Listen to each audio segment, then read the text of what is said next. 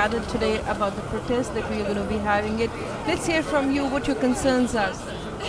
So we're here in front of the Department of Homeland Security building is because in D.C. this is the institution in which Trump signed the executive order on Friday banning all refugees from the country and also banning immigrants, even people with legal permanent residency from 7 Arab, African, or Muslim majority countries. So we are a large coalition, immigrant rights, faith-based, black liberation, Arab and Muslim organizations who are saying that Trump needs to rescind that executive order, Trump needs to release all the detainees, that this city needs to be a real welcoming city with no deportation carve-outs, and that all detainees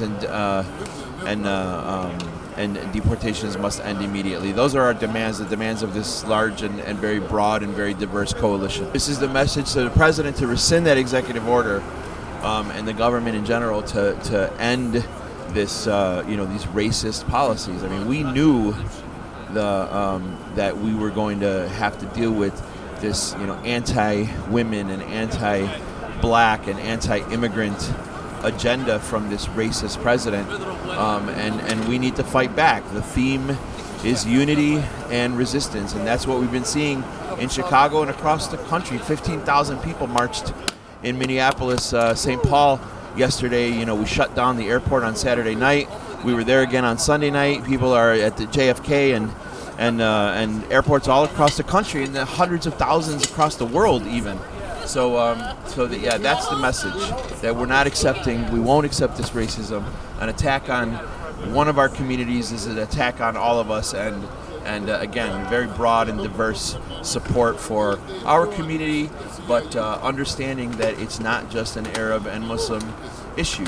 The executive orders on Wednesday, before the executive orders that affected us, were to freeze federal funding to sanctuary cities. That was an attack on Latino immigrants most specifically. And so, this is a big city and a lot of folks who do immigrant rights work that we're working together on this. As we are here at the 525 Van Buren, it's the protest about the executive order of the President Donald Trump, and you are representing Indo-American Center. We do know the second largest undocumented communities from the Indian community also, but they don't come out.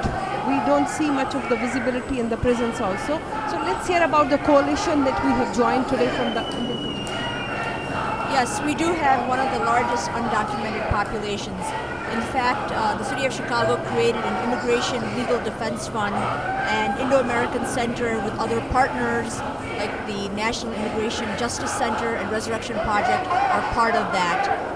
So we are on the city's list of organizations to contact if you have any legal questions about your status or what you should do at this time regarding travel. We've also got a lot of calls in the past 2 days for people interested in becoming citizens.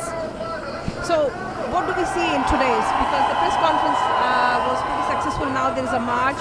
Where do we stand when we come to the city as well as the federal, the coordination?